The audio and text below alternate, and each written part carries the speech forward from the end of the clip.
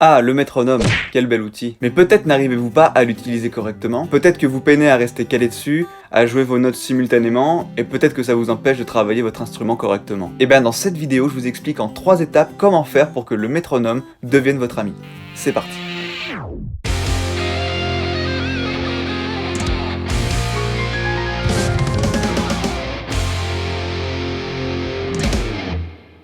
Bonjour les icos et bienvenue dans cette 9ème vidéo de mon défi 30 jours avec une vidéo par jour. Alors comment faire pour être à l'aise avec le métronome? Donc première étape, arriver à s'imprégner du métronome. Oui, parce que c'est bien connu, quand on commence la musique, le métronome ça nous fait aussi peur que d'apprendre le solfège. Et pour ne plus en avoir peur, c'est comme tout, il faut réussir à le comprendre. Et le comprendre, dans le cas du métronome, ça veut dire l'assimiler. En effet, avant de commencer à travailler son instrument avec, il faut que notre cerveau puisse l'intégrer et s'en servir par réflexe. Parce qu'au début, nos doigts sont un petit peu fébriles, un petit peu hésitants. Bon, on commence la musique, c'est normal. Mais on peut pas se concentrer sur ça, plus sur le battement du métronome qui est un petit peu compliqué au début. C'est pour ça que dans un premier temps, il faut que vous écoutiez votre métronome. À blanc, comme ça. Pour que le tic-tac, bon, c'est un petit peu chiant à la longue, mais que ça devienne un réflexe et que votre cerveau l'intègre. Alors ça peut prendre un petit peu de temps, mais essayez de trouver un métronome qui soit aussi visuel, comme les métronomes à balancier par exemple, ou les métronomes numériques où on voit carrément l'aiguille qui bouge. Ça vous aidera à mieux comprendre quand la pulsation tombera, à anticiper un petit peu à l'avance à chaque fois. Donc assimilez-le pour que votre cerveau l'intègre et puisse ensuite le rejouer par réflexe quand vous allez travailler votre instrument. Deuxième étape, arriver à retrouver une pulsation à partir d'un rythme ou d'une chanson. Et ça, vous savez peut-être déjà le faire, mais quand vous êtes en concert et que le chanteur demande de taper dans vos mains, il vous demande de battre la pulsation. Sauf que si vous écoutez bien, il y a la moitié des gens qui sont à côté. Même s'il y a un décalage de son entre la scène, notre emplacement et le reste de la salle par exemple, mais quand même on en voit des fois qui sont à l'envers, pas calés sur le tempo, c'est un peu n'importe quoi. Bon c'est pas donné à tout le monde, il y en a qui ont le rythme dans la peau à la naissance, il y en a ils vont avoir des facilités pour trouver le rythme en apprenant, et puis il y en a, ils vont beaucoup peiner pour l'avoir. J'ai une de mes élèves d'ailleurs, sans donner de nom bien entendu, qui quand je lui ai donné des morceaux, même à le faire chez elle toute seule, elle a peiné pour trouver la pulsation. Donc comme quoi elle a commencé la musique, elle en écoute beaucoup et elle aime beaucoup ça, mais ça l'empêche pas de pas avoir le rythme ou d'avoir des grosses difficultés pour le trouver. Bon, mais à force de le travailler et en utilisant les méthodes que je vais finir de vous expliquer dans cette vidéo, elle y arrive beaucoup mieux maintenant. Bon, en tout cas, chez vous, prenez un morceau que vous aimez bien, pas trop lent, pas trop rapide,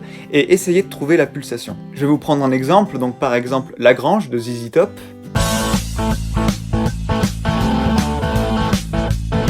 Donc voilà, ça c'est un rythme plutôt rapide déjà, mais vous pouvez commencer avec des morceaux plus simples, notamment dans la variété française, il y a des trucs assez calmes. Je vous conseille quand même d'utiliser un morceau où il y a une batterie dedans, parce que quand il y a juste un instrument tout seul, comme un piano tout seul, on se rend pas forcément compte du rythme que ça fait. Alors qu'au moins avec une batterie, vous vous rendez bien compte de ce que ça fait. Mais par exemple, sur YouTube, tapez drum beat, 60 BPM par exemple, et vous trouverez plein de batteries qui joueront à 60 BPM. Après il y en a à 70, à 80, 90, et puis jusqu'à des vitesses assez élevées. Mais au moins avec ça, vous pourrez vraiment tomber sur la pulsation. Et d'ailleurs sachez que quand vous écoutez une batterie, ça fait grosse caisse claire, grosse caisse claire, et la première pulsation tombera sur la grosse caisse, la deuxième sur la caisse claire, et etc. en alternance comme ça. Donc il faudra pas taper dans les mains juste quand on écoutera une caisse claire ou une grosse caisse, mais soit l'une, soit l'autre, comme ça. Et une fois que vous l'avez fait avec votre main, vous pouvez le faire en disant simplement ta, ta, ou en disant un nom de note, c'est comme vous préférez, la, c'est peut-être plus naturel d'ailleurs. Et au moins déjà vous aurez réussi à caler votre parole sur un battement au métronome. Bon, maintenant la troisième et dernière étape, pour aimer le métronome, il faut le maîtriser. Parce que c'est bien connu, on aime ce qu'on comprend, ce qu'on contrôle, ce qu'on maîtrise, ou ce qu'on a l'habitude d'écouter, ou toute autre chose. Ça marche d'ailleurs aussi pour écouter de la musique, ou pour manger par exemple. Oui, en général, vous voulez pas trop tester de goûter quelque chose de nouveau.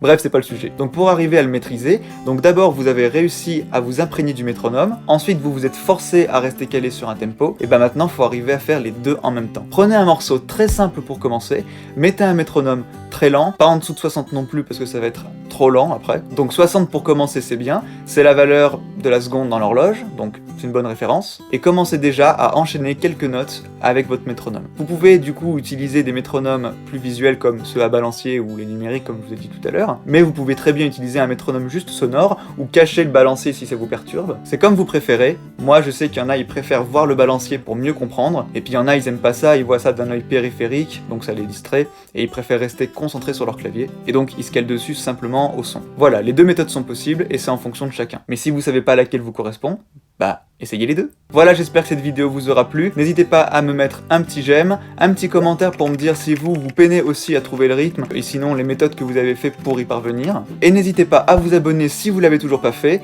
pour être averti des prochaines vidéos, avec la petite cloche bien entendu, et pour être averti d'ailleurs pour la vidéo de demain, pour le 10e jour de mon défi 30 jours. Allez, travaillez bien votre métronome et votre musique. Ciao les zikos.